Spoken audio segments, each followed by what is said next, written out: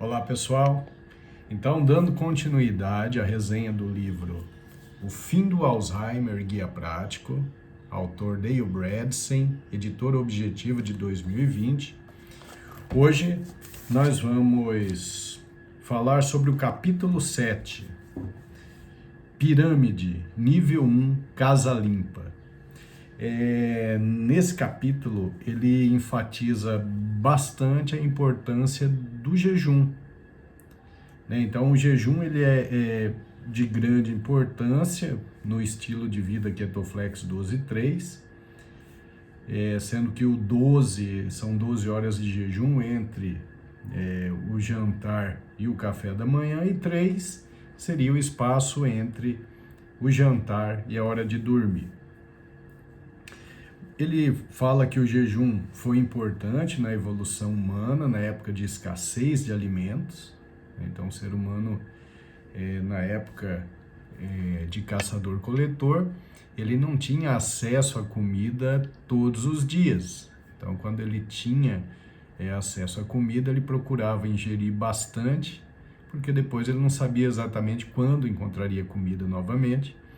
E o sistema orgânico, que utiliza a glicose como fonte principal de energia para as células, na falta da glicose utilizava então a gordura. Então é dessa forma que a gente produz corpos cetônicos. Então o jejum ele é importante porque é uma forma da gente utilizar a nossa própria gordura como fonte de energia. É uma fonte de energia muito limpa e muito eficiente. Os corpos cetônicos, em especial o butirato, servirão como fonte de energia para os neurônios, aumentando a flexibilidade dos neurônios em relação à sua fonte de energia. Ele comenta que o jejum foi importante na evolução humana também por ter sido utilizado muito nas religiões. A grande parte das religiões tem um jejum ali entre os seus princípios básicos, porque isso traria mais, entre aspas, clareza de espírito. Nós sabemos hoje que realmente o jejum prolongado, pela utilização dos corpos cetônicos como substrato energético, acabam produzindo uma melhora da qualidade mental. Então, o indivíduo acaba ficando mais atento, com mais facilidade de concentração, com melhora da memória. Então, o jejum utilizado para a evolução da espécie humana e também dentro das religiões, mesmo antes de uma busca científica apurada, ele já era muito importante no bem-estar da humanidade. E o jejum ele produz benefícios numerosos à saúde, e no caso aqui da abordagem do Ketoflex 12.3, o jejum prolongado ele é muito importante para que haja uma redução da resistência das células à insulina. Como a gente vem observando na teoria do Dale Bredesen, que é uma teoria científica hoje já aceita de forma bem ampla, o aumento da resistência à insulina pelas células é um dos grandes fatores que levam ao declínio cognitivo e à doença de Alzheimer. Então, sempre se procura melhorar essa resistência da célula à insulina, uma redução da resistência da célula à insulina. E o jejum prolongado tem o poder de fazer isso.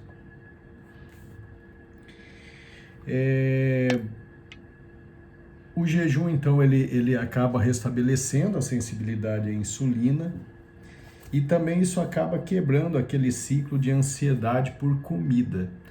Como nós já aprendemos, a ingestão principalmente de carboidratos de alto índice glicêmico, carboidratos de absorção rápida, esses carboidratos aumentam a dopamina. Na verdade, ele estimula o sistema dopaminérgico, que é o sistema de recompensa. Então, quando você come um doce, uma farinha branca, um alimento processado, você acaba fazendo o pico de glicose, pico de insulina, mas você faz também um estímulo de sistema dopaminérgico. Então aquilo traz um bem-estar temporário e posteriormente, desculpem,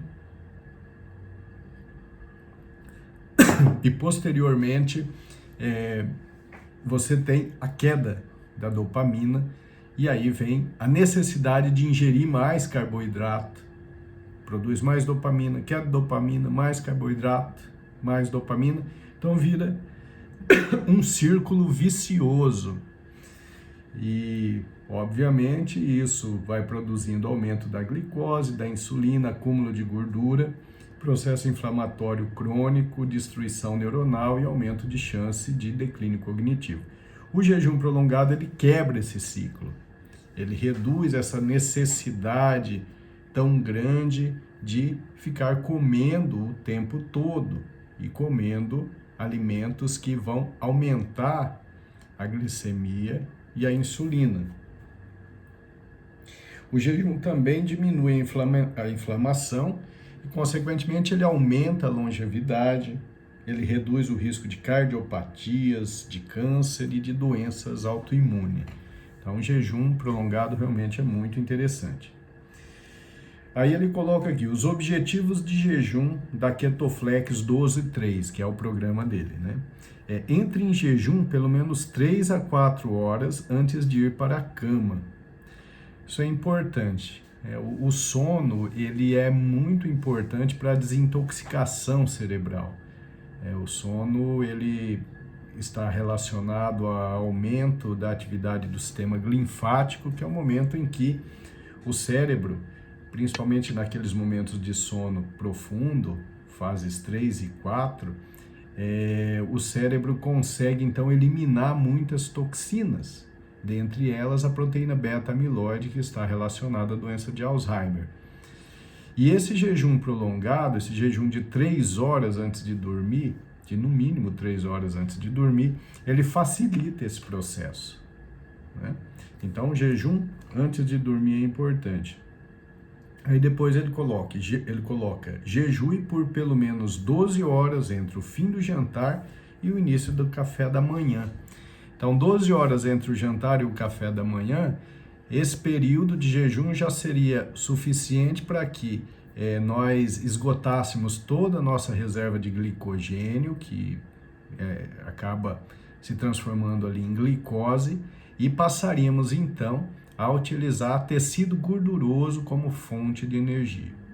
Então, esse tecido gorduroso ele vai oferecer os corpos cetônicos, em especial o butirato, para a produção de energia pelas células cerebrais. Ele faz um adendo interessante aqui, né? Os portadores de ApoE4, que é um marcador genético de aumento da chance de doença de Alzheimer, essas pessoas com esse marcador genético deveriam sim fazer um jejum mais prolongado, procurar fazer um jejum de aproximadamente 16 horas. Então, por isso que existe a importância, né, no protocolo do Dr. Dale Bredesen, fazer essa pesquisa genética, para você saber se você é ApoE4 positivo, em heterozigose ou homozigose, e isso vai mostrar se você tem chances maiores de desenvolver Alzheimer ou não. Então, para aqueles que são portadores de ApoE4, esse jejum 3:12 passaria a ser 3:16, por exemplo. Isso traria uma proteção muito maior. Um detalhe importante que ele traz aqui é a melhor forma de quebrar o jejum. Então, a melhor forma de sair do jejum, lá depois das, no mínimo, 12 horas de jejum, é com uma bebida detox, como, por exemplo, água em temperatura ambiente com sumo de limão. Isso é uma forma interessante, eu particularmente faço isso, né? Mas você pode acrescentar também fatias de gengibre, ou então quebrar com chá de gengibre ou dente de leão. Então, são as formas mais corretas de você quebrar o jejum, né? Seria muito errado, por exemplo, você quebrar o jejum ingerindo um carboidrato de alto índice glicêmico, um doce, por exemplo, tá certo?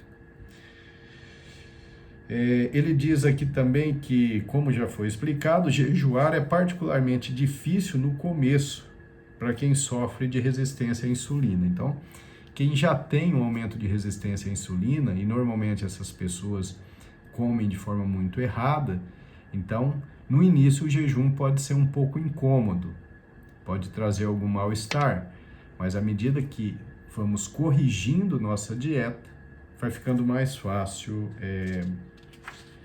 fazer o jejum.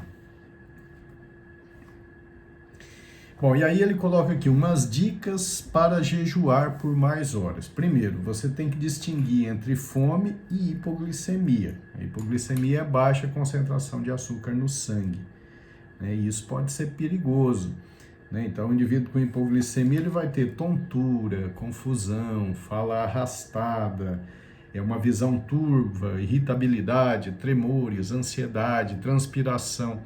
Então, esses sintomas de hipoglicemia mostram que você precisa quebrar o jejum naquele momento, né? Por exemplo, utilizando uma fruta, ou até mesmo comendo ali uma oleaginosa, castanhas, né? ou nozes.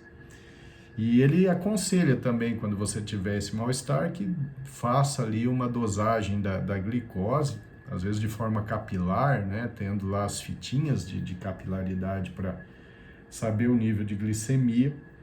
E é claro que se essa glicemia estiver muito baixa, em especial se estiver abaixo de 70, já vale a pena você comer alguma coisa para melhorar essa glicemia. Mas de qualquer forma, isso é pouco comum, tá? Geralmente as pessoas vão evoluindo no jejum, e principalmente quando as pessoas vão reduzindo a sua ingestão de carboidratos de alto índice glicêmico, vai ficando mais fácil praticar esse jejum. Ele coloca umas dicas aqui para as pessoas que começam a fazer o Ketoflex 12.3 e tem perda de peso excessivo, né? Então, aí ele dá umas dicas aqui, como por exemplo, utilizar os triglicerídeos de cadeia média, como óleo de coco também, né? Junto do fim do jejum, por exemplo. E às vezes até tem que reduzir o jejum, por isso que eu particularmente acho que o estilo de vida Ketoflex 12.3, ele realmente pode ser bastante eficaz, mas é muito importante que seja acompanhado por um médico familiarizado com esse protocolo, porque existem muitos detalhes que precisam ser resolvidos por um médico. É muito difícil para o leigo entrar, se embrenhar nessa mata do Ketoflex 12.3 sem ter um acompanhamento de um médico, né? Bom, o plano de ação, então, do capítulo é entrar em jejum pelo menos 3 horas antes de dormir e por um total de no mínimo 12 horas entre o jantar e o café da manhã, e com aquele adendo interessante que os portadores de ApoE4, aqueles que têm um marcador genético para a doença de Alzheimer, esses teriam que fazer um jejum mais prolongado, né, de pelo menos 16 horas, mas até mais que isso, né? Então aí não seria 3:12, mas sim 3:16. Os riscos do jejum são a hipoglicemia, às vezes a hipotensão, que é a queda de pressão, uma situação chamada de gripe cetogênica, em que o indivíduo pode ter dor de cabeça, dificuldade de concentração, confusão mental, náusea, cãibras, taquicardia, tonturas, desempenho físico piorado. Isso é muito raro, mas algumas pessoas podem ter essa reação ao jejum prolongado por causa da produção dos corpos cetônicos. Então, por isso que tudo deve ser ajustado individualmente. Inclusive a velocidade de instalação desse jejum. Então, o indivíduo primeiro tem que melhorar a sua dieta e, posteriormente, começar com um jejum mais curto, de 12 horas, por exemplo. Faz os 3:12, e à medida que o tempo vai passando, o indivíduo vai se sentindo pronto para aumentar alguns minutos no seu jejum, até chegar a um nível maior de jejum. Então, isso é muito importante. saber que o jejum prolongado é muito bom, é extremamente eficiente, aumenta a longevidade, melhora a capacidade cognitiva, diminui a chance de múltiplas doenças orgânicas, mas que deve ser feito com muita cautela, porque tem lá também as possibilidades de efeitos colaterais. Por isso, na minha opinião, é importante que um médico familiarizado com o protocolo Ketoflex 12.3 acompanhe a pessoa que está disposta a praticar todos os passos da Ketoflex 12.3, inclusive o jejum. Então, esse foi o capítulo 7 do livro O Fim do Alzheimer, Guia Prático. Autor Dale Bredesen, editora Objetiva, de 2020. Logo, logo, colocaremos aqui em resenha o capítulo 8. Muito obrigado, abraço a todos.